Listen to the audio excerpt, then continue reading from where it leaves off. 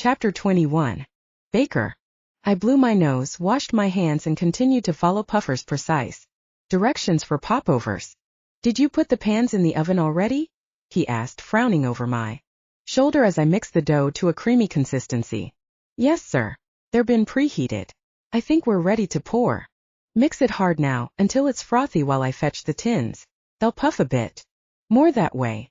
I nodded and whipped the mixture with the ancient whisk until small bubbles rose to the surface after each stir. I scooped the mixture into the pan. Quick, precise, in time to Puffer's nodding head. These had a few extra ingredients than the usual from Puffer's smaller store of weird stuff. He explained what each of them did and how things worked together to create other things.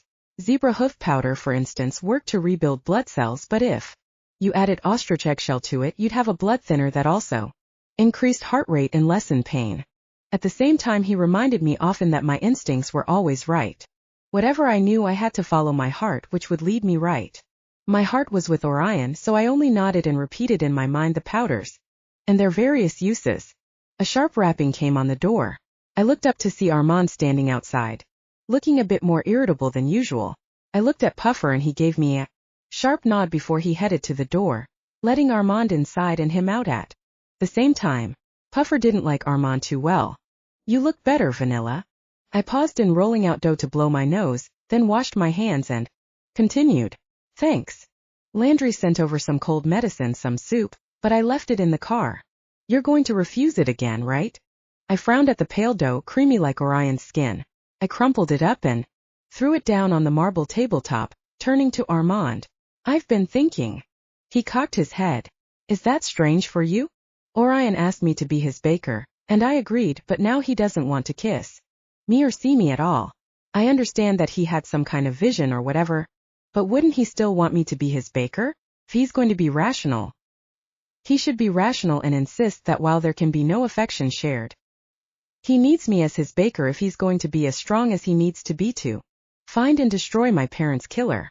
He went to the oven, peering through the glass door and sniffing. He's transitioning. He's not going to be rational. But that's what he used as an excuse to break up with me, rational logic. Can't argue against that because I'm not completely insane yet, but seriously, there's no reason for me not to be Orion's baker. Not unless I'm running away from him and this world, which I'm not. I gave him a pointed look. If you open up that door before they're ready, I will scalp you. So there's no reason for him not to be my butcher. Other than that, he's worried I'll kiss him and put him in another coma. He's not worried about that, he said, sniffing along the counter. Why not? That's rational. I told you he's not rational. He's afraid that he's going to hurt you, not the other way around. Also, he's thinking about the future long-range outcomes, and he sees the two of you having children like your idiot brother, who almost died, watching them suffer, watching you suffer for them, that kind of thing. Don't you have anything that I can eat? I went to the fridge and slid a meat pie I probably dripped snot into the night before across the counter to him. I wouldn't tell Armand. Actually, maybe I would. You can have this, but I think I sneezed on it a few times. Also, maybe my runny nose got into the sauce. He took the meat pie and sat down, cutting it with one of his big knives and eating a big slice with his hands. Armand, you need to wash your hands first. He nodded and got up, washing his hands for a long time very thoroughly, before he came back to the table. Thank you. I gasped. You said thank you. I'm going to have to tell you to wash your hands more often. He ignored me, gobbling up the meat pie instead. After he'd eaten the entire thing, he leaned his elbows on the counter and blinked sleepily at me. So how are you going to get Orion to let you suck the life out of him again? Rationality isn't going to work. He's talked himself into thinking that you're happier without him. He cocked his head. He might be right. It's not easy to be with a butcher, particularly one that's transitioning. He's worse than a curmudgeon. He's a wan, pathetic, whiny, lazy weakling, laying around all the time, barely eating, barely sleeping, simply rolling around in his misery like he can't get enough of it. I sniffed and placed the dough in the pie pan. Armand, can you turn the oven down for me? 200 should do it. Don't open the door or I will chop off your fingers. If Orion was really that miserable, then I had to help him. He would hurt me. He wouldn't be nice to me anymore, so I couldn't go in with my Heart on a platter for him to crush. I had to put Violetta away and go back to being my brother. If I were a boy I could walk into Calder, go down to his man cave and grab him before he knew I was there. I could play the violin for him. I could listen to him talk about whatever bothered him and I wouldn't be part of his problem, his worry. I inhaled deeply. Armand, what kind of clothing do male bakers wear? I mean, interns like me. He scratched his chin. He should probably shave at some point. He was so scruffy. White shirts, black pants, black suspenders, black shoes. What do you have in mind? I smiled at him and he smiled back. I could use a haircut. The Greek will have a lot of fun with this. I think he's missed you being in drag. And Casper might flirt with me a little bit less. He scowled. Casper? That's a butcher waiting for a girl to stab him through the heart. If you're going to play baker's boy, you should probably have some knife skills. I nodded and glanced at the timer. After this comes out, you can help me with that. I can. I shrugged. You did say that you're slightly responsible for me, didn't you? He grinned at me. To tell the truth, I'm slightly fond of your muffins. You have a new cut on your face. The other one on your cheek is healed, but that cut, I said, brushing my finger across his forehead, looks new and like it might get infected. I'm going to put some stuff on it. We'll see if I can. Remember Puffer's instructions. I made a paste, put it on his head while he stared at me, still seeming sleepy. If you're too tired to teach me how to knife someone, you can come back later. The alarm went off and I went to take the popovers out of the oven, taking them out carefully and putting a slit into the bottom for the steam to escape, as Puffer had instructed. Give me one of those and I'll teach you and let you suck the life out of me. Ooh, you know how to really make a bargain. All right. I tossed him a hot one and he caught it in his mouth, snapping it out of the air. Impressive. Come on. We'll spar in the garage. It's mostly empty. Armand got up close and personal, knocking me back until I stood my ground and twisted around him, pulling my knife. He sighed and fixed my hand, not talking a lot, just moving me in the right place. He didn't usually touch me, so it was a little bit weird, but if I were going to transform into Cesario, my male persona, weird was only the beginning. The Greek was delighted to help turn me back into a boy. Armand left me at his haircutting salon. Your hair was really getting some length, but this cut will be easier to wash. And wear. Are you going to be a woman every once in a while or stay this Cesario from now on? I shook my head. From now on, at least around butchers. He beamed at me, his eyes bright with tears. That's so romantic, being with him as a man if he can't have you as a woman. I stared at him. It's not supposed to be romantic. Supposed to be practical. But what if he tries to kiss you? I shook my head firmly. We're not going there again, at least not until after this whole transition thing and he chooses to be with me. What I need to be is a baker to help him get through this whole thing. That's what he needs, not more complications. He sighed but nodded. By the time he finished with me, my hair was kind of cool and not pretty. When Armand came in with the shopping bags, he grunted and didn't even complain about having to shop. Why would he? It wasn't girls' clothes. I went into the cramped bathroom and back, ignoring the werewolves in the cage, the girl the same but the guy younger this time and kind of attractive if you like scruffy and toothy. I went in a girl with an edgy hairstyle and came out, bust-bound, clad in menswear. Armand had included a black baseball cap, so that went on top and I looked like I was seriously ready to park cars. Yeah, I looked kind of like a valet in the white button-down and black pants. There were worse things to look like. He'd also gotten me a black backpack and a black coat. He'd really gone to town.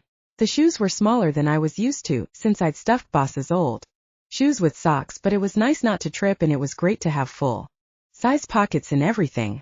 I walked out as a boy and the two werewolves stared at me like I was an alien. Okay, Baker, now you look natural, Armand said with a grin. Are you going to take my energy before you go back to Candlestick?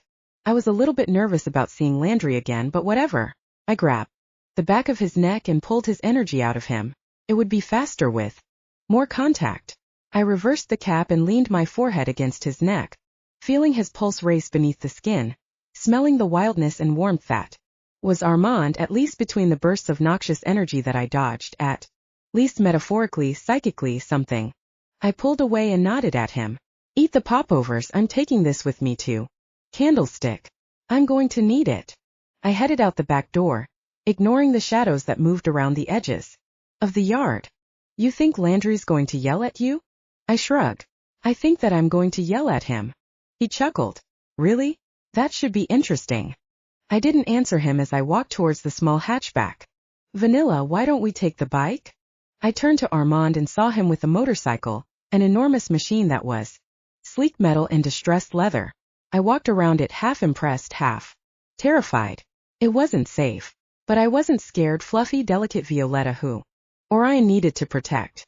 I was Cesario, tough baker who could hold his own, or at least who would eventually. Sure. Armand climbed on the front and I hesitated before I straddled the thing, not touching Armand. How did guys ride on motorbikes together? When he took off, I grabbed him around the waist and held tight while he bumped over the yard, down the curb to the street.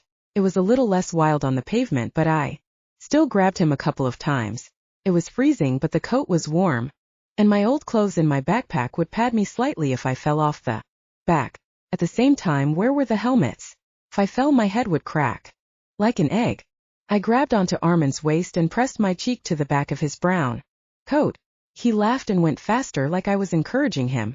I closed my eyes and clung to him until we got off the highway and Armand finally slowed down. I sat up and gripped the seat behind me, determined not to act like a silly little girl. I was tough, so tough. I grabbed Armand around the throat and pulled the energy out of him. He gripped my hand as we coasted up to the gate and he parked with a jerk. You want the driver to pass out? I couldn't take that much energy unless I kissed you. You shouldn't have gone so fast, and you shouldn't drive without a helmet, and you should never let me go without a helmet. Are you crazy? No need to answer that. I swung off the motorcycle, gave him a short wave and headed to the gate. The guy in the gatehouse opened it for me, apparently a lone person on foot. Dressed like a baker wasn't all that threatening. I headed up the long winding drive wondering why Armand had taken me this way, instead of through the back, past the pond of purity. By the time I reached the curve that revealed the front porch, I saw Landry standing in the open doorway, large arms folded over his chest, the CM behind him leaning against the doorway. This was it then. I squared my shoulders and kept my hands down, calm, steady. I nodded to Landry and the CM. Hello. I'm Orion's baker. You can call me Cesario. I don't want to be pampered and I don't want any nonsense. I'm here to do a job, so let me know what you need and I'll try to do it. They were blocking the doorway or I would have gone past them running away. Probably. As it was, I had to stand there while Landry's eyes narrowed. The CM smiled and held out his hand. Cesario, is it? Welcome to Candlestick Manor. Stay as long as you like. I shook his hand and since I was there I took his energy as much as I could pull out of him in 5 seconds. Not a lot, but more than usual. I would do this, weird or not. Landry rolled his eyes. Cesario? That's my middle name. I raised my eyebrows. Probably because you're my biological father. Now that we got that out of the way, we don't need to talk about it again. The CM laughed, low and only for a moment, but it earned a scowl from Landry. He is very clear. He doesn't want any fuss, doesn't want any nonsense, only here to do a job. That's very commendable, Cesario. Please, come in. He stepped back, allowing me room to get around Landry. I walked directly to the kitchen, needing nothing from the CM and nothing from Landry unless he felt like teaching me something useful. I went to the flour bin, almost filled a bowl, then made a well and cracked 3 eggs into it. What was I making? No idea, but I had to make something, so I didn't freak out about Landry staring at me.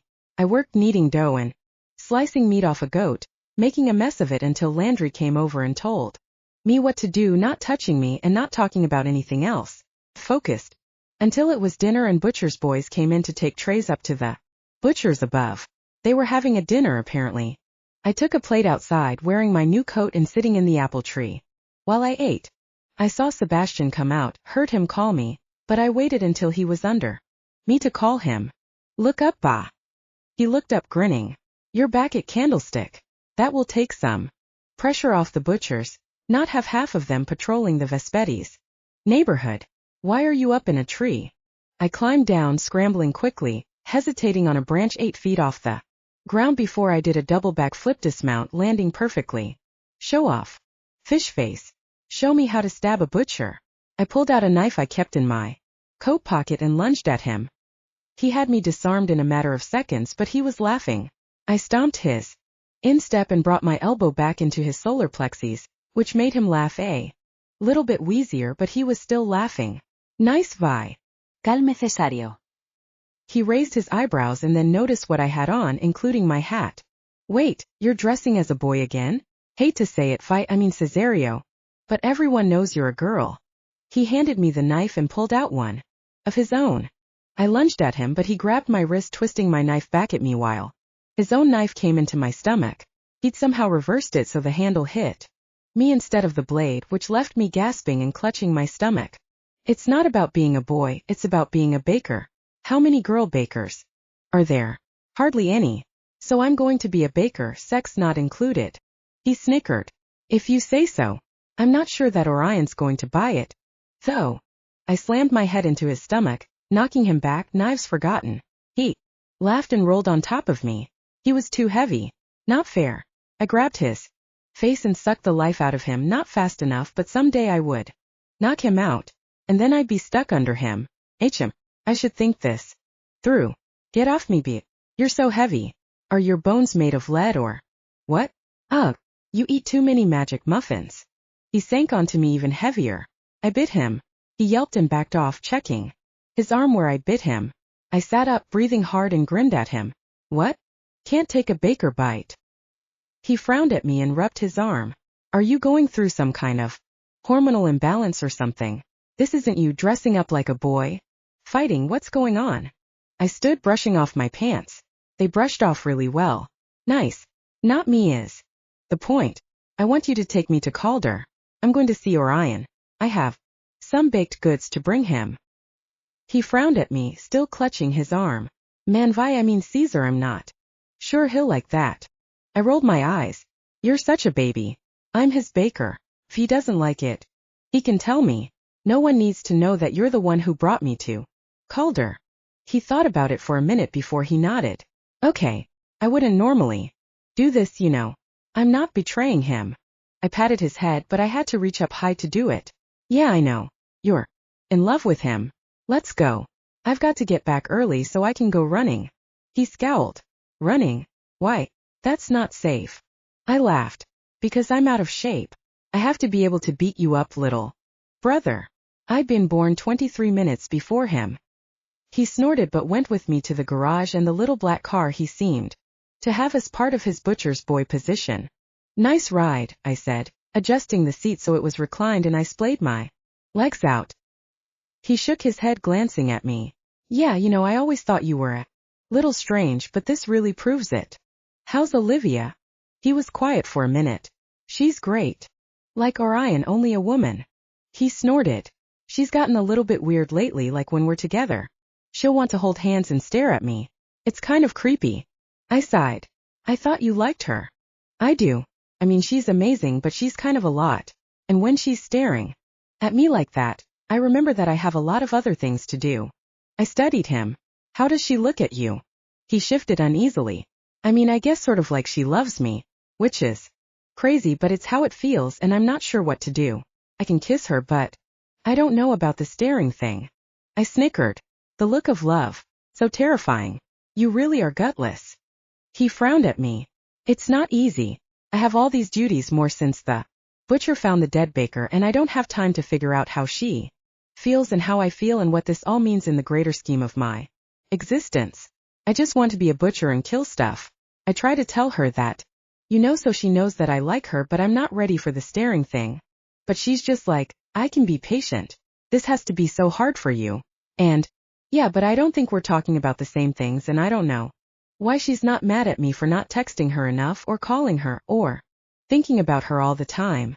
I don't know. She expects so much usually. But now she doesn't. I'm worried. I sighed. Are you worried she'll take it to the next level, or that she'll dump you? My chest tightened at the reminder of being dumped, but I shook my head and focused on the now, on my brother. I didn't have a heart, I was Cesario, genderless baker. Genderless, loveless, with single-minded determination to bake the crap out of the world. That was me, and I liked it. I kind of don't know why she hasn't already. She's not desperate. There isn't a butcher who wouldn't fall all over himself to be with her, except the Butcher, of course. Of course, I said blandly. He kept quiet for the rest of the ride, which meant that he was having second thoughts about this. The thing was, he knew perfectly well that if he didn't take me, I'd take a cab or walk, leaving me unprotected, and that wouldn't go over well. Still, he didn't feel good about it. I almost felt bad for making him worry about his precious Orion, but I got over it. He was my brother.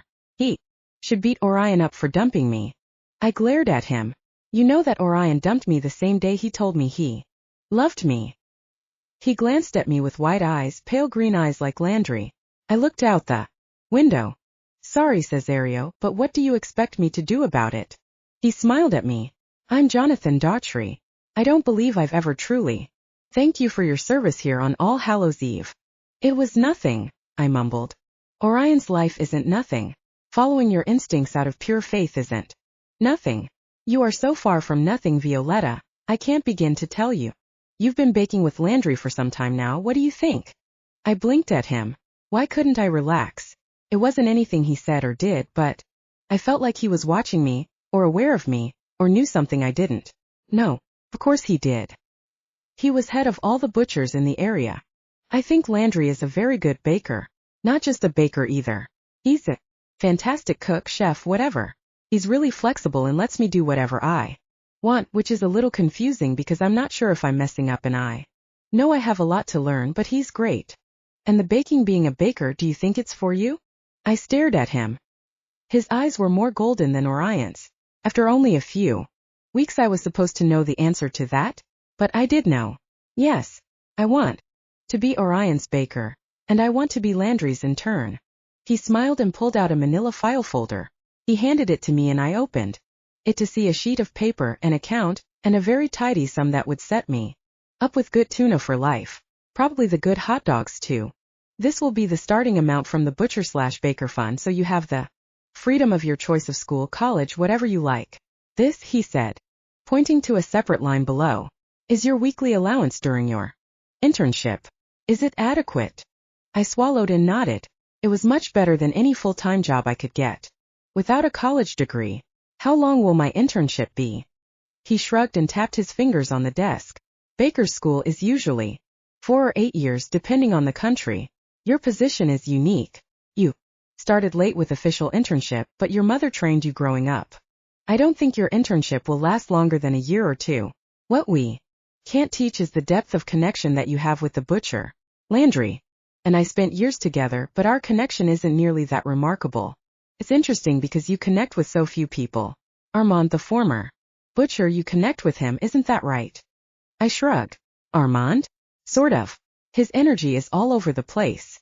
Yes. His lack of stability is why he can't be a butcher. It's unfortunate. He was very good. I nodded. Right. He spends a lot of time here for someone who isn't a butcher. Yes, since the days of darkness we've needed his particular abilities to be our ambassador to the werewolves.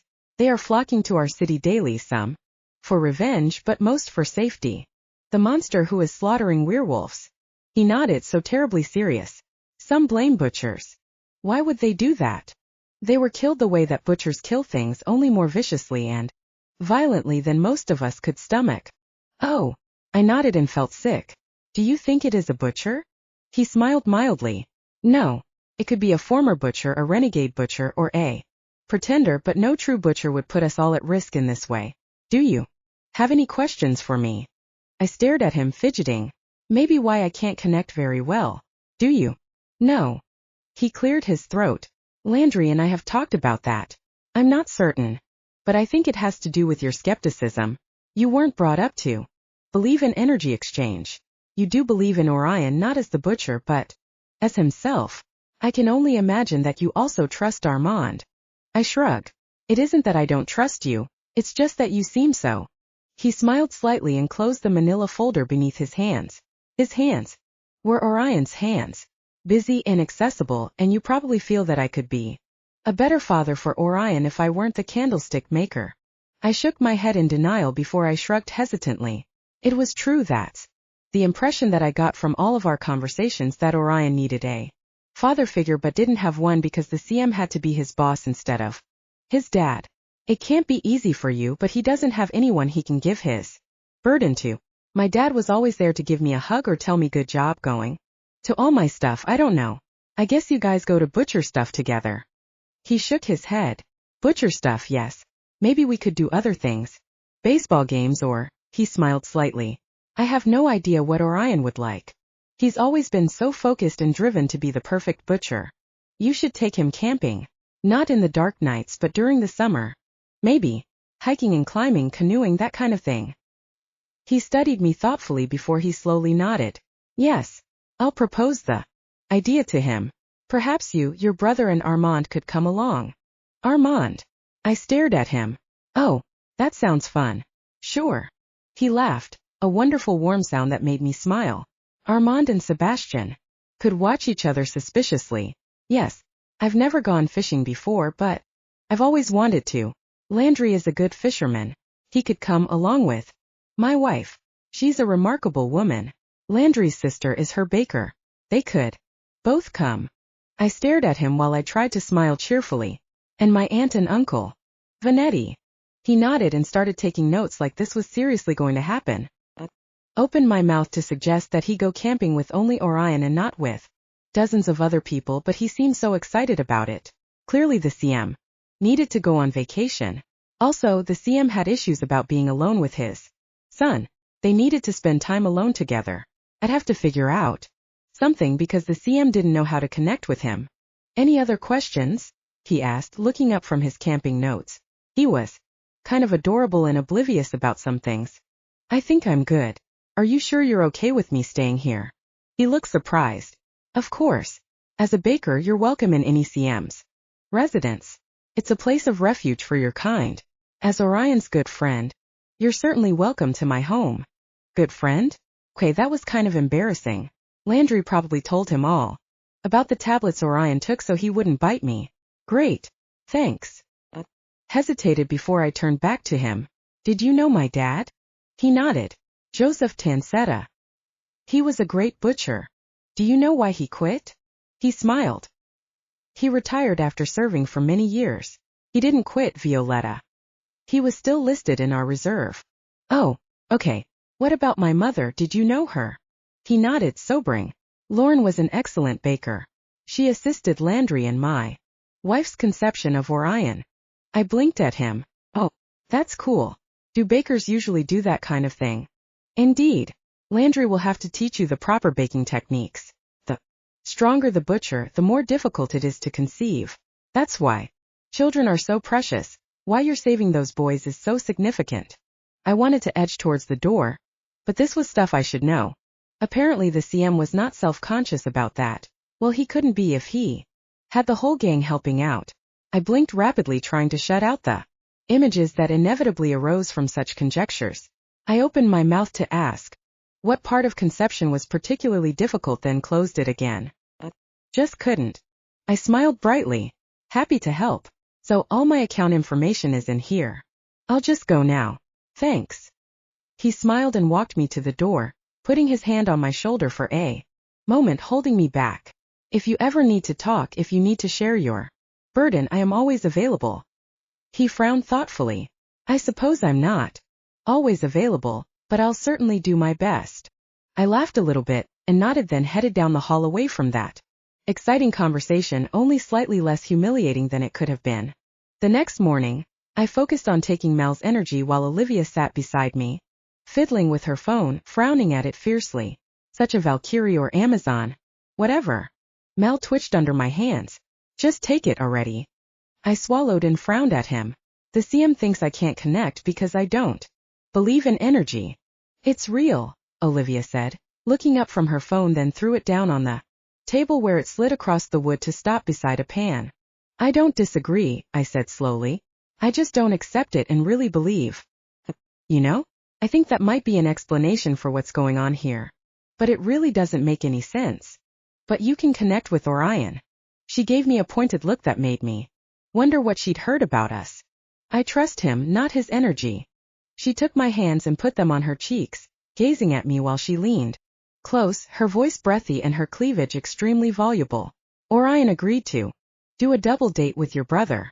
Don't you think that's funny? I nodded and closed my eyes, focusing on the thread between us, The warmth of her hands, the softness of her cheeks, the pulse pounding beneath her skin.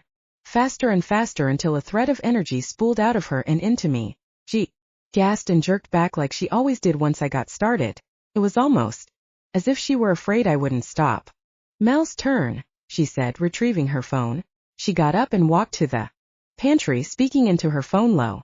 I rolled my eyes and put my hands on Mel's thin cheeks. His skin was smooth, his eyes steady and his energy solid, the little I could draw out of him. Does it hurt? I asked for something to say. If I were supposed to like or trust Mel, I'd have to do more talking with him. Of course not. It's pleasant, like warming my hands in front of a fire. I smiled. That sounded not bad. More energy flowed into me bit by bit while he relaxed on the bench. Where did you grow up, Mal? He nodded towards Olivia, and the way his eyes lingered on her before he quickly glanced down made me kind of ache for him. I grew up in Olivia's house. After my dad died, my mom remarried, not a butcher, so I was lucky they took me in. Where does she live? Florida. Maybe they moved again. I don't know.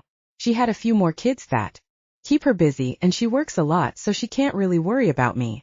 I nodded. Harsh. At least when my parents were alive they'd wanted to see me. He sniffed and lifted his nose, looking at me like I was something disgusting. He'd scraped off his shoe. It's very ordinary in butcher circles for children to grow up in different houses. That's cool. Francis, for instance, his dad is a butcher without a house, so he's always staying with someone or other. He has no real home. I nodded. That makes sense. He pulled away from me and stood. I'm staying at Calder from now on. You'll have to practice taking energy from other butchers. That's great news. So you're doing better. Orion will be glad to have you. I sort of wished I could go back to Calder. I nudged him with my elbow, which made him look shocked and offended.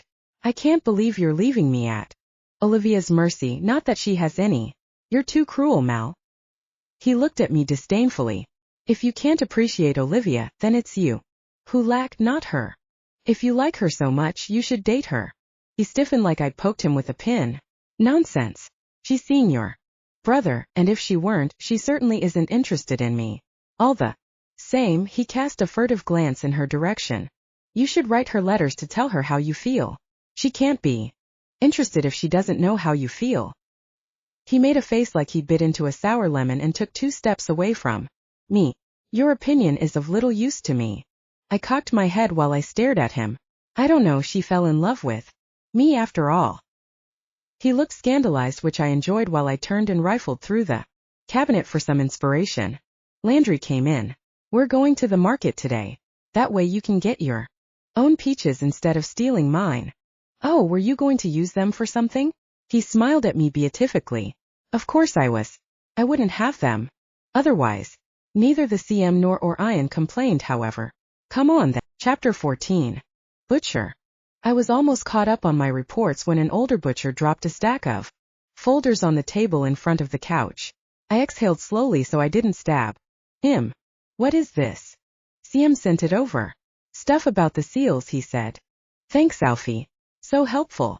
I stood up and stretched before opening the first folder. Some of them were heavy, the kind of thing they kept old and delicate documents inside. I spent the night poring over those folders, only shutting my eyes for 2 hours and 15 minutes as Violetta had demanded so ruthlessly. Violetta shoved the folders aside and rushed out of the black box, upstairs and almost into malmorning. Everything going well? Good. We'll talk later. I broke into a run, throwing on my coat as I went. I desperately needed to see Violetta and taste her lips. She'd liked the cooking meat on sticks thing. So medieval. We were now officially together dating, and it felt like an enormous step in an impossible direction. I pulled up at Candlestick, but before I could go in the door, my father stepped out and put a hand on my chest, blocking my entrance. CM, what can I do for you?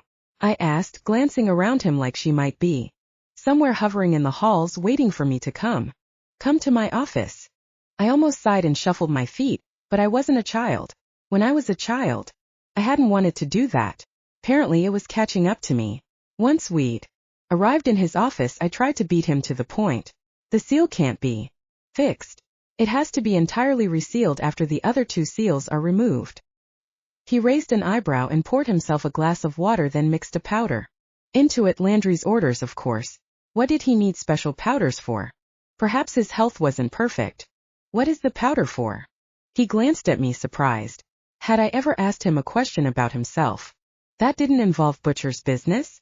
Probably not. I have no idea. I think that Landry likes to try things out on me randomly. This one is vile. Would you like some? I held up my hand and shook my head. Thanks, no. Ah, he already has you taking nasty substances to keep you healthy for your Violetta. I cleared my throat. He does. So the seals must be recast. They lost many butchers getting those seals on in the first place. He nodded soberly. We can do better than that. We can. He studied me. Of course. We have more advantages than ever before. Technology. He smiled slowly. Perhaps that, but mostly I was referring to your brother. Your butcher's boy and your baker. It's a remarkable little group, don't you? Agree. I frowned sternly. Violetta is not part of my fighting team.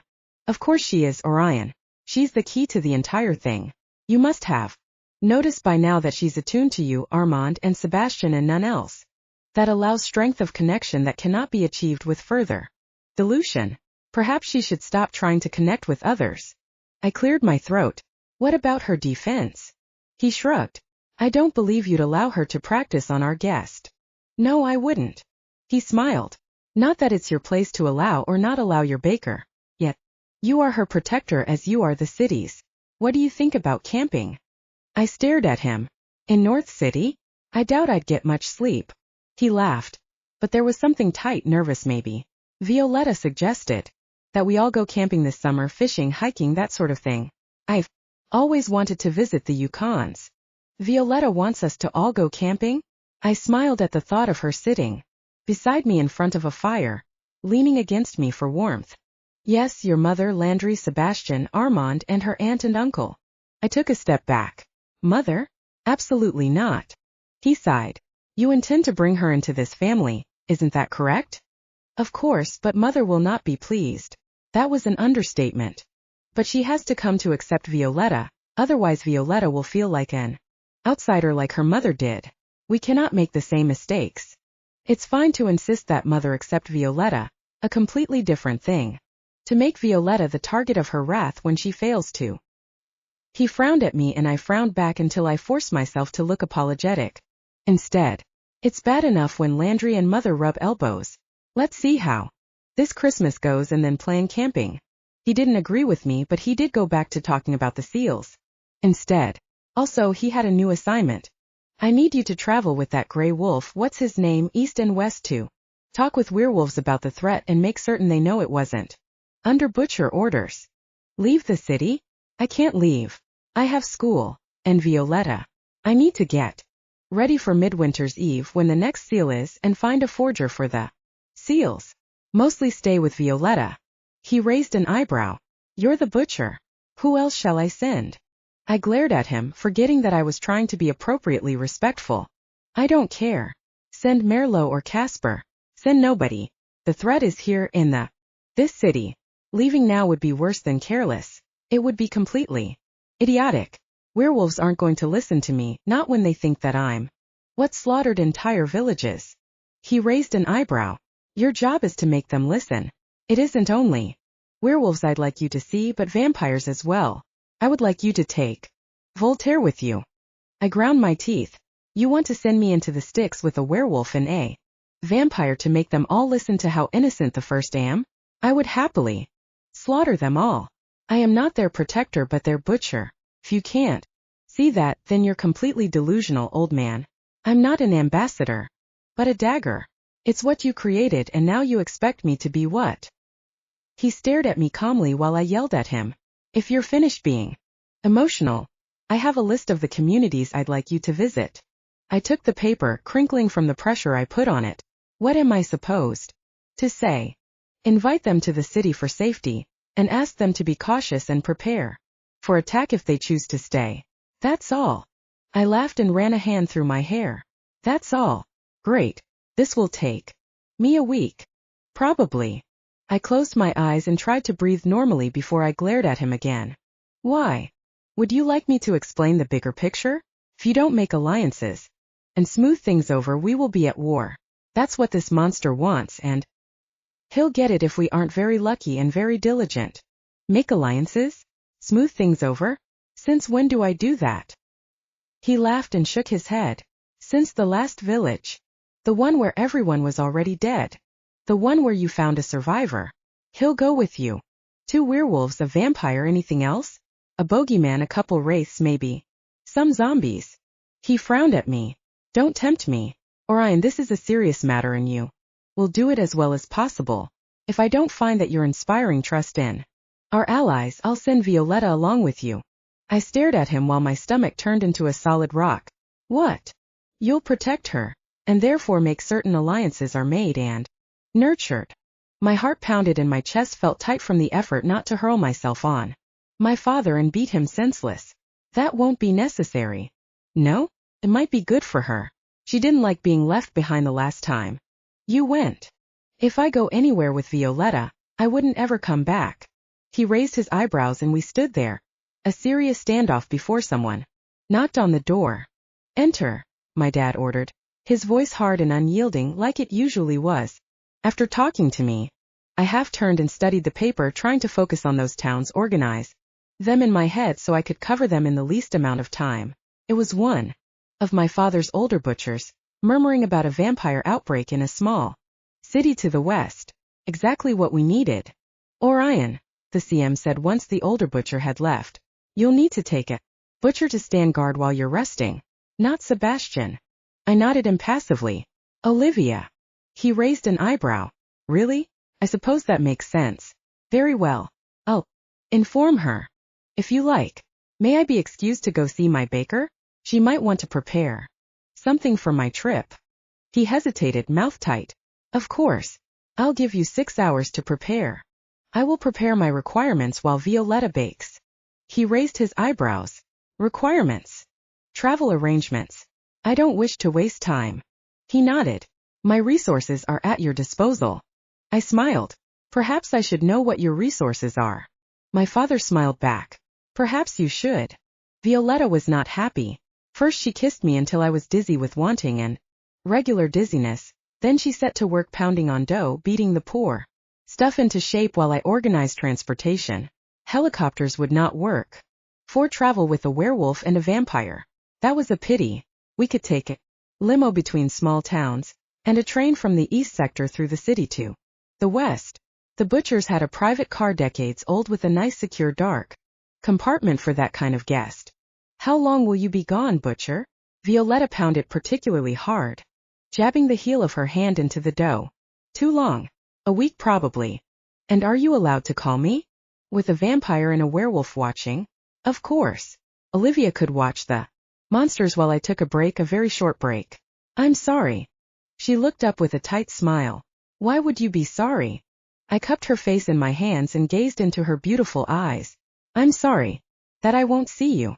I'm sorry that I won't taste you. I'm so sorry. The word sorry seems next to meaningless. I'm sorry that you're upset.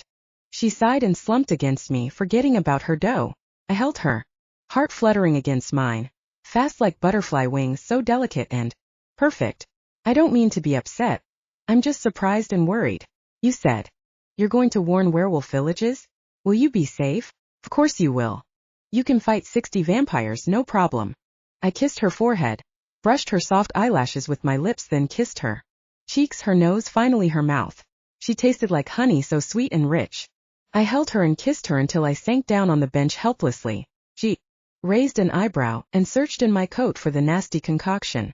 When she poured it, I noticed that her hands were a little shaky. How am I going to live without you for a week? I'm so good at sucking the life out of you. And who will eat my burned biscuits? I suppose there's always Armand. I winced at the thought of Armand touching her taking his energy. If they had a connection, he might turn her if he wasn't careful, maybe even if he was. What about your brother? She stared at me, pale green eyes soft and vulnerable. I don't want to hurt him. I pulled her close for a moment, before I stepped away and pulled out my papers. Don't kiss him and he'll be fine. I tried to focus, but finally I pushed them away and simply watched her movements, strong, graceful, flowing from one task to another as she hummed. Under her breath, maybe Motown. I drank in the sight of her as though she were water and I was heading to a long desert. Landry had disappeared once I came in with the news, either to get away from her or from me. Maybe to talk to the CM about it. What could I say to convince werewolves that butchers were above slaughtering them? We weren't. The only reason we didn't was that we had allied with them against darkness as long as they followed the mandate against harming innocents. I growled and Violetta looked up at me from the rolls she was forming. You growled. Are you a werewolf?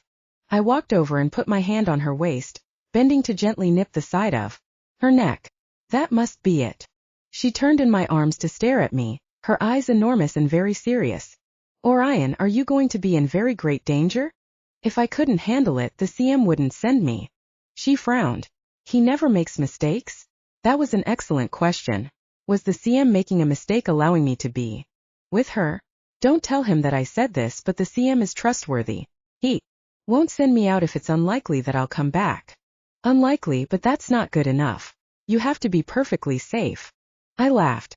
Oh, Violetta, I would be in dire danger of death by boredom if I were perfectly safe. Don't worry about me. It's going to be a dull errand. Have to talk to people, warn them of the danger, and offer the city as refuge. Armin's going to love that. She stared at me, eyes bright, lips trembling. So you won't be fighting? I sighed. Probably not at all. I don't know how I'll survive. She buried her face in my chest. Thank you. I felt warm from the inside as I put my arms around her, holding her carefully, so I didn't squeeze her against me too tight. I almost said, I love you, but bit it back before the words were out. I felt it though. Love roared inside of me for this sweet creature who was getting flour and bits of dough all over my coat. I would happily die for her, kill for her, but this was something else. I had to be trustworthy, relatable, charismatic. I had to connect with monsters. For her I would not only deal with the devil but do. Chapter 15. Baker. Orion was gone for 3 days before I called Armand. Let me guess, you need a haircut. I'll meet you by the Greek's car in 1 hour. He hung up before I could tell him that he was completely wrong. It was 4 in the afternoon and Landry was grinding some zebra hooves in the pantry. He'd offered me the opportunity, but after a few minutes of doing it wrong, he took over and ordered me to go and do something fun. I needed to look into classes to start in January. Baking wasn't enough to keep my mind busy, well, not without Orion. I hurried along the path towards the pond of purity and jumped when Armand melted out of the shadows. How are you, Vanilla? He asked, lips curling in what might have been a smile. I tossed him a bag of muffins that he took but didn't immediately consume. That was strange. I'm suffering withdrawals. I need my butcher. He exhaled, eyed the contents of the bag before he threw 2 back and chomped on them. Do you want me to tell you about it? Hundreds of werewolves flooding the city because the butcher moves them with his tales of the evil monster who makes butchers look good. Housing is a nightmare. Most of them don't even know that humans are off limits. I'm having to arrange classes teachers to werewolves. He shook his head and bit savagely into a muffin. It wouldn't be so bad if their expectations weren't so high, but Orion's got them convinced that the city is some kind of utopia. It isn't. Bordertown is a complete mess. We don't have enough cages to keep the crazy werewolves, and the vampires are increasing their numbers almost as fast. Maybe we shouldn't go there if it's so crazy. He stared at me while he chewed and swallowed a dozen muffins. Nah, it'll be good. The Greek's getting cranky. He's mostly in charge of housing. He needs a night off to eat pizza. Cut your hair and remember that he's one of the good guys. I laughed and grabbed his hand. He yanked away violently, making me stumble. Pulled my hand to my chest and stared at him while he ate another dozen muffins. He was going through them like a starving person. I don't have a lot of energy right now for the taking. Sorry. Okay. I should have asked before I touched you. He nodded seriously. You should have. You're a baker. I am a baker. Witnessed by the plethora of baked goods you just annihilated. Aren't you eating? He frowned at me, holding the bag close like he was guarding it. Such a weird guy. Never mind, Armand. Eat the muffins. I won't touch you again. Are you sure? I'll be safe in Bordertown. He nodded but kept a wary eye on me. Yes. There are 2 werewolves in the cage. We'll keep the door shut. Just so you know in case you hear anything. I swallowed and hesitated a step. 2 werewolves in the cage? Great. We walked in silence the rest of the way to the car. My heart pounded as we got closer. You play violin? He asked randomly. Yes. I used to play. Oh. I stared at him. He didn't look like the violin type. He didn't look like the bath type either. We should play a duet sometime. He snorted and tossed a muffin in the air to catch it in his mouth hole. Some teeny-bopper pop song about true love. Or a classic piece. I personally don't know any pop violin. You would have to teach me. He laughed and I smiled as I climbed in the car.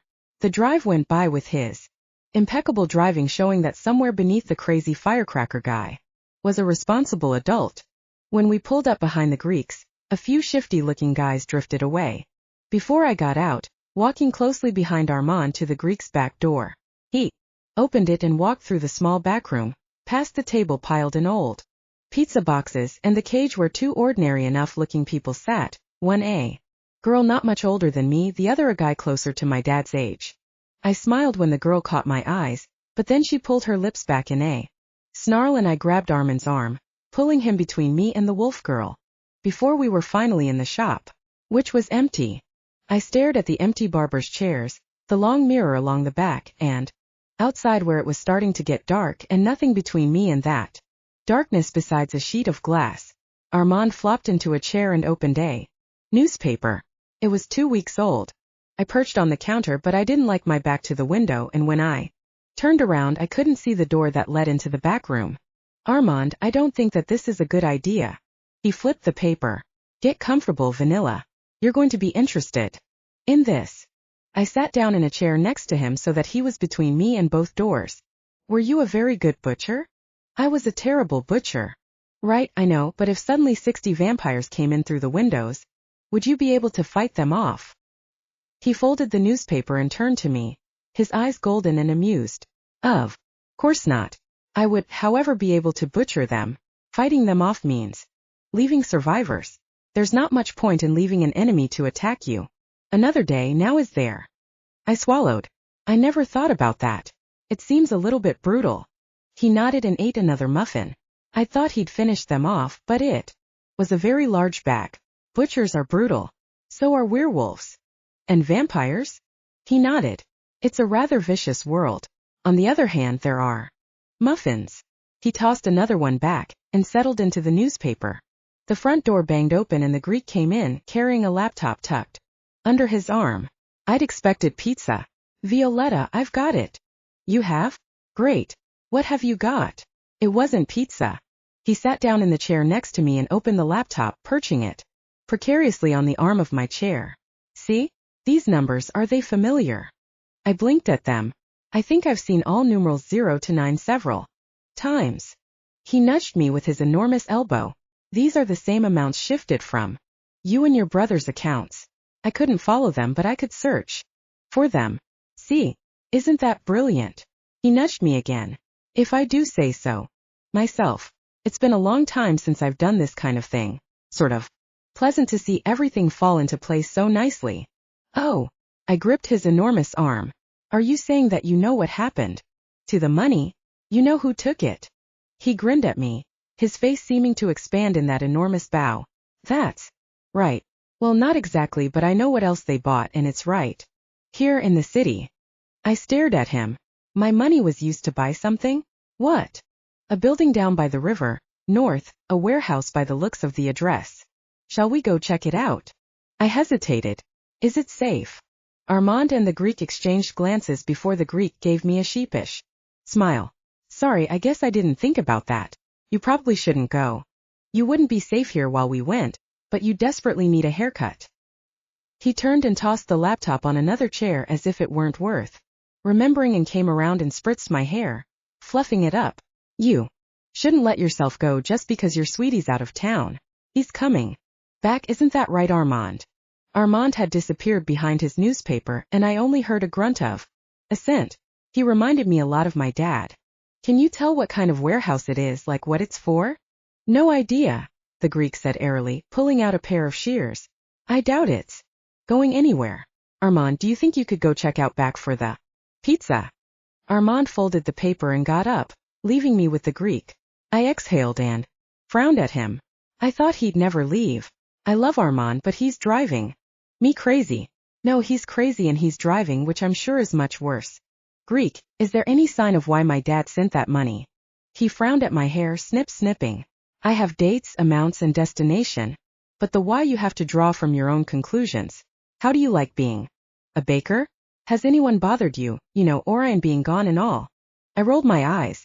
I haven't seen any other butcher since he's left. He nodded and smiled slightly. Good. Butchers are dangerous. I know. You told me. Top of the food chain. At the same time, he's just so sweet. He took me on a date and there was knife throwing and fires and roasting hot dogs and just everything so awkward and real. It wasn't perfect, which made it better than perfect. And when he kisses me, I think I'm going to die, or I already died and went to heaven. He sighed and snipped some more. And he eats your baking and feels the same way. You made Armand muffins. He's so weird. He acts like I'm going to suck the life out of him any time I touch him. He gave me a pointed look. And why would a sweet girl like you be touching a grouchy bear like Armand? I almost shrugged before I remembered not to move too much, instead sitting up straight. He's one of the few people I can connect with. He inhaled sharply. You mean like butcher-baker connection? You feel that with Armand? What? It's not like it is with Orion. First of all, his energy is all over the place, and while he has a solid base, it's covered in these explosive bursts. Can you get energy from those bursts? I shrugged. Oops. I don't know. He doesn't want me to touch him even though I made him an absolutely huge haul of muffins. What about the CM? He's supposed to feed all the baker's energy, isn't he? I sighed. The CM is okay, but it's still weird. He's Orion's dad, and when I touch Orion, I'm all tingly and glowy and it's amazing, but when I touch the CM, I really don't want to feel like that. When you touch Armand, głowy. I snickered. Oh yeah, no. It's like a drizzle with sporadic bursts of hail. I don't know. I haven't taken his energy and baked for him consistently enough to get a handle on it. Probably for the best. You don't want to see his ugly face any more than you absolutely have to. That's true. Not that I don't love Armand to pieces, it's just a little of him goes a long ways. I am grateful that he's trying to find my parents. Killer. Are you going with him to the warehouse? I put my hand on his arm and he froze, scissors midair while he studied me. I suppose I could. Please don't. Armand can go with some butchers and lots of weapons. I don't want you to get hurt. He exhaled long like a balloon was leaking. That is the nicest thing anyone's ever said to me. In that case, I'll stay in and watch that new reality TV show. It's all about real-life hair trauma. The last episode, I haven't seen hair that big since the 80s. I gave him a big hug before I pulled away and sat up straight. Thanks. I've got the pizza, Armand said, carrying in 3 boxes, the top one open and missing half its contents. How do you eat so fast? I asked. He raised an eyebrow. I fed the ravening wolves. You'd rather I threw you in there, vanilla? How much pizza did you need to eat? I snatched the box out of his hands and took a piece, then handed the rest to the Greek. I will fight you to the death for my friends, just share. Armand grinned at me. A fight to the death, you say? The death of what? Your nice new sweater?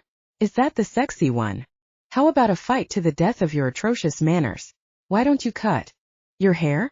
You're not a butcher anymore. You look like a lawn someone forgot to mow. You have no excuse because the Greek is the best hairstylist in the world. Armand ate 3 pieces of pizza from the next box, but his heart wasn't in. Probably because of all the muffins he'd already eaten. Vanilla, it's time for you to go home. The Greek's going to take you, but first you're going to take some of my... He couldn't quite say it, flinching on the last word. I sighed and walked over to him. If you don't like it, I won't do it. I'll give the CM a nice neck massage. His eyes glinted and he took my hands, pulling them up to his face while he stared at me as if daring me to pull away. Are you afraid? You do look a little bit like you might be infested, but no, there's nothing about you that a haircut and a container of bleach couldn't fix. And something about my manners, he muttered while I closed my eyes. I focused on his energy, trying to ignore the buzzing layers on top and dig deep beneath into the butcher's energy. At first it came slowly as usual, but After a few minutes it flowed into me rich and heavy like a wave that physically knocked me backwards, buzzing. The Greek caught me, his hands on my shoulders while he looked at me. Concerned. Violetta, are you all right? I smiled at him brightly, a little too brightly, but that energy was coursing through my veins and I needed to bake something. I ducked around the Greek to go into the back room. There was a little stove back there and something Fidesque I could prepare for Armand. There was ramen, a bag of mostly rotten onions and some ancient dried mushrooms and bottles of spices. I pulled a small packet out of my pocket and put a pot of water to boil. Meanwhile I chopped onions and sautéed them, flipping them golden and perfect before I added the packet and spices boiling. The mushrooms and packet of nori. This was going to be weird. Like Armand. Smiled as I arranged the noodles and sauce in a bowl and carried it to the table which had miraculously emptied itself of pizza boxes. Armand stood staring at me while he tapped his fingers against the wood, everything besides those fingers ominously still. I thumped down the bowl. Eat. It's probably the worst thing I will ever make. Hopefully it doesn't kill you. Greek, can you drive me back? I'm safe with him, right? You'd be safer in a nice cozy grave, the girl werewolf chimed in. I looked at her. That's one way of looking at things. Armand. He stared at me a long while before he licked his lips and glanced down at the bowl. Safe is a relative term. Yes, vanilla. Go with the Greek before some werewolf decides to find out how delicious you truly are. All right then. Greek, are you coming? He came through the door bringing a box of pizza with him. We'll eat the rest on the way. Have a nice evening, Armand, or a bad one, whichever makes you happiest. Not that he's ever happy, he whispered to me as he held open the outside door, gesturing me through. I only hesitated for a moment between the room with a glowering Armand, two crazy werewolves, and the outside where who knew what lurked before I ducked through and followed my enormous friend to the white hatchback that would take me home, back to Candlestick. Chapter 16. Butcher. I stood on a platform at the train station, my very last stop before I'd take the 3 a.m. train back to the city. Olivia stood beside me, arms crossed, looking for all the world like she always stood around on platforms surrounded by werewolves and vampires, the one endlessly moving, the other unnervingly silent and still. Welcome, children, Voltaire crooned, her voice as rich and decadent as vanilla pudding. Not really, but she told me it was, and I didn't argue since my whole purpose was to ride on the wave of her introduction. You've come here tonight to hear about the danger that awaits those who are unwary, and the salvation that comes from those who are prepared. May I present to you the butcher from the City of Saints. Howls and polite applause echoed through the dark night. I stepped forward, raising my hands to cut them off. They reacted immediately like they were my boys' choir, already attuned to me. I didn't need Voltaire, she simply made things much faster. Speed was of the essence. Just as well, werewolves didn't have the patience to sit around and listen to drawn-out speeches. Friends, brothers, I come to you with a dire message. A monstrous creature, mimicking butchers in brutality, werewolves in cunning, and vampires in subtlety, is striking out, wiping out villages, breaking through our most cherished sanctums and infecting our own butchers. The vampires are next, the peace-loving creatures who seek only to live in the night, free and unencumbered by the cares of the world. For safety I offer my city and ask only that you join our fight against the darkness and the monsters that gnaw on the very root of our existence. If you choose to stay and defend yourselves, know that if you call, butchers will come in defense of your lives, your freedom. I turned to gesture to Tom, the werewolf survivor from the village.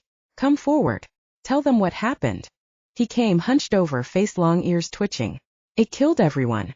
My family, friends. It left nothing but blood, rivers of blood. It ate the bodies. Werewolf bodies. What kind of monster eats werewolves? A shudder went through the crowd. That was a question I'd had a lot of time to ponder. The boy turned to me and pointed. He found me with his brother, pack leader, in his city. I trust him. I smiled at him benevolently before I turned to the grizzled old wolf. Any words? He stepped forward, growling a bit until he had everyone's attention. He didn't like attention. He wanted to lurk in the shadows and rip out someone's throat. Didn't we all? This is a threat we all face. We're none of us friends, but if we don't work together, there won't be anyone to bury the corpses. Well said. I patted his back, something he'd almost gotten used to me touching him without a knife sliding into his skin. I was less accustomed to. The laws must be maintained in the city. If you choose to join us there, you'll have to sign a contract swearing to protect the innocent and cause no harm to humans, as well as keep the peace between all who live there, whether vampire, zombie, or other. These are the same laws you follow wherever you live. You who wish to live your life without any meddling are welcome to do so. I've taken enough of your time. My thanks. I bowed low and, leaving the back of my neck unprotected, except for Olivia's protection of course. I straightened at the moment the train's light beamed brightly down the corner of the track, right on schedule. I stood there, looking reliable and relatable, until the train hissed to a stop, and I stepped into the butcher's car along with Voltaire, Greybeard, Tom, and Olivia. Voltaire at once glided to the box, built into the room with a few reinforced layers to it where she would sleep in perfect darkness, while I was left in the main car with the werewolves and Olivia. I sat down on the couch and leafed through papers, eating a roll. The CM figured that I'd be bored without paperwork. How utterly thoughtful of him. Olivia sat next to me, frowning at her phone. Sebastian didn't text her often enough. She'd muttered complaints every hour for the entire 6.5 days I'd spent with her. He doesn't ever think about me, and when he does, it's not the same. He just doesn't feel like he used to. He's working with the CM in the city during the days of darkness. I'm sure he adores you. She pouted at me. I could tell she pouted even though I didn't look up from my papers. Violetta texts you a few times a day when she isn't busy, mostly to tell me to drink liquids and get enough sleep. Sebastian never worries if I'm taking care of myself. Sebastian is a butcher. A butcher's boy. I sighed and sat up to stare at her. Olivia, if you want a romantic, you should date a civilian. She pouted her poofy lips at me. You don't understand. Explain or stop talking. She lifted a hand to gesture at me. I expect that from you, but Sebastian is so sweet and sensitive sometimes, almost like before when I talked to him and he'd say things that made me feel like a woman instead of a bloodthirsty machine. Now he's so focused on becoming the perfect little butcher, I don't remember the last time he asked me something that wasn't about knives or fighting or how to clean off zombie guts. It's infuriating. The last few days, he hasn't said hardly anything at all. I sighed. All right. So sometimes he's unlike me, and that throws you off. When he is like me, Olivia, he doesn't know who he is any more than we do. He's growing into someone. You can hope that he's the same butcher you liked in the beginning, but if he's not, you have to accept who he becomes, or accept that he's not going to meet your expectations. She frowned at me thoughtfully. He's growing? That makes sense. I mean, we all change, and the first years as a butcher are very intense. The highs of your first good kill, the lows afterwards, trying not to eat your own arm off from the hunger. You're right. I need to be patient with him and see what happens. I can't get clingy and desperate. I should give him space and let him be himself without so much pressure. I scratched my chin and let my gaze drift back towards the papers. If that's what you've decided, I'm going to sleep for a few. Watch the wolves for me. She flopped over sideways and closed her eyes, fist curled around a knife handle. After a few minutes, I pulled a blanket over her and moved to a different couch across from her. Greybeard sat in a chair staring into space, an empty glass in his hand, while Tom paced the length of the car, wearing a path in the emerald green rug. Thoughts? I asked Greybeard. He looked up with a start and shook his head and rubbed his hand on the back of his neck. Heard some rumors before the big rah-rah rally. Your brother found a new stash full of rebels and renegades by the river and ripped them apart with her lover, he said, nodding at Olivia, who snored gently. I don't have reports on that. No. He shrugged. Maybe no one wants you to run back to your city and make sure your little cupcake's all safe and sound, not until you've finished with this little tour of torture. Why is my glass empty? He didn't get up. He only drank one glass after every rally. He was remarkably methodical for a werewolf. Maybe so. I pulled out my phone and called Sebastian. He answered it on the second ring. Orion, what's up? I hope I didn't wake you. I've heard reports of an attack by the river. Wanted to verify it with you. Oh, the CM didn't think you needed the details until you got back to the city. I'm on my way. We've just finished our last presentation. Oh, that's okay then. Yeah, Armand got some intel into the leader of the renegades and he totally went down to the river. And the butchers were called in. You should have seen him, Armand, he was insane. He was like you, only furry, and everyone followed him like he was their butcher. I mean, he's their pack leader, but I've never seen wolves so disciplined and cohesive. It was scary stuff. Disciplined werewolves? Sounds terrifying. How is your sister? Does she know about that? She's good. I had to give her energy last night. She sucked the life out of me until Landry gave me some stuff. Can't wait until you get back. She's worried about you. You're keeping in contact with her, right? She worries. Yes. Maybe I should do something else. Do you know what she'd like? Honestly, she just wants to see you. What time will you get in? 5 a.m. I have to check in with the CM first. Right. Maybe afterwards you can take a little nap in her bed. I smiled while he chuckled like he was an evil genius or something. About Olivia, how are things? He hesitated. Good. He had no idea. Good. We're going to have that group date this weekend. Yeah, that's good. I laughed. It'll be over and that's the main thing. Get some rest, Tansetta. I hung up and went back to my papers. My mind kept wandering to the attack, to my brother, to Violetta and the fact that she must be feeding him. Could Landry give him something to keep the edge off his hunger? As a werewolf he wasn't equipped to deal with that kind of thing. I frowned at my papers. I did not need to worry about Armand's hunger. He wasn't my responsibility.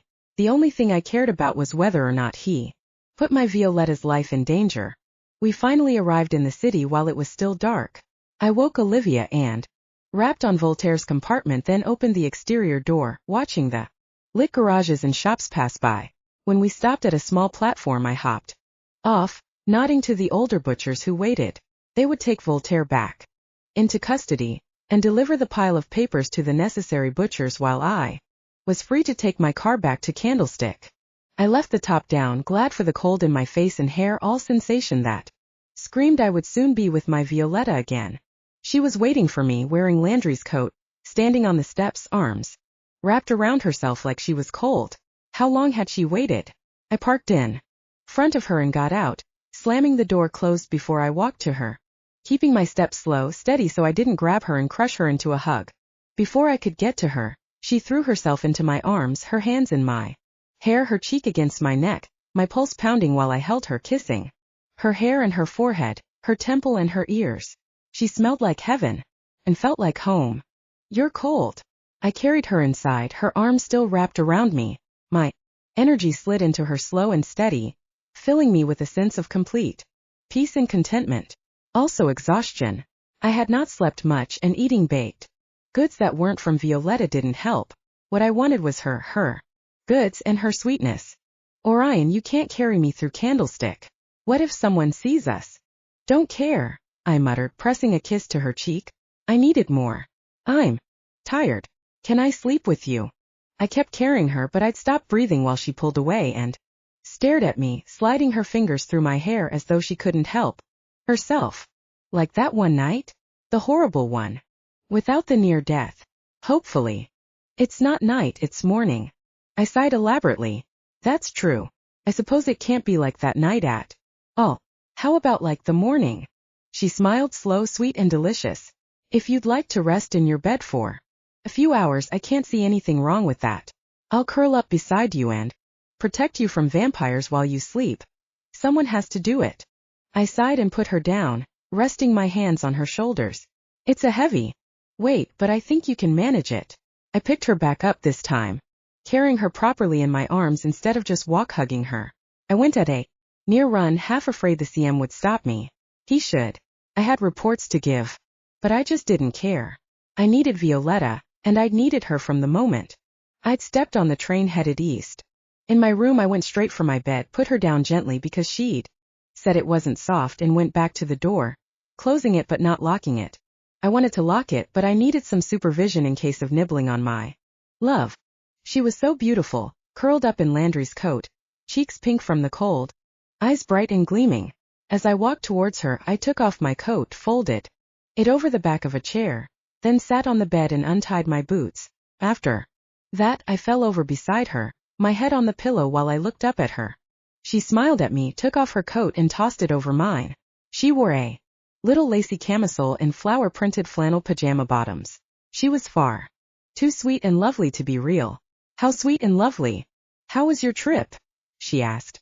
Tedious, inane, but terribly important. How was your week? I heard about bunch of renegades Armand had the pleasure of slaughtering. She frowned as she studied me. You really are tired. Should I take your energy and go bake you something, or should I stay here staring at you while you sleep? I smiled. I love you. I'd meant to say either way, but apparently I was rendered honest by my exhaustion.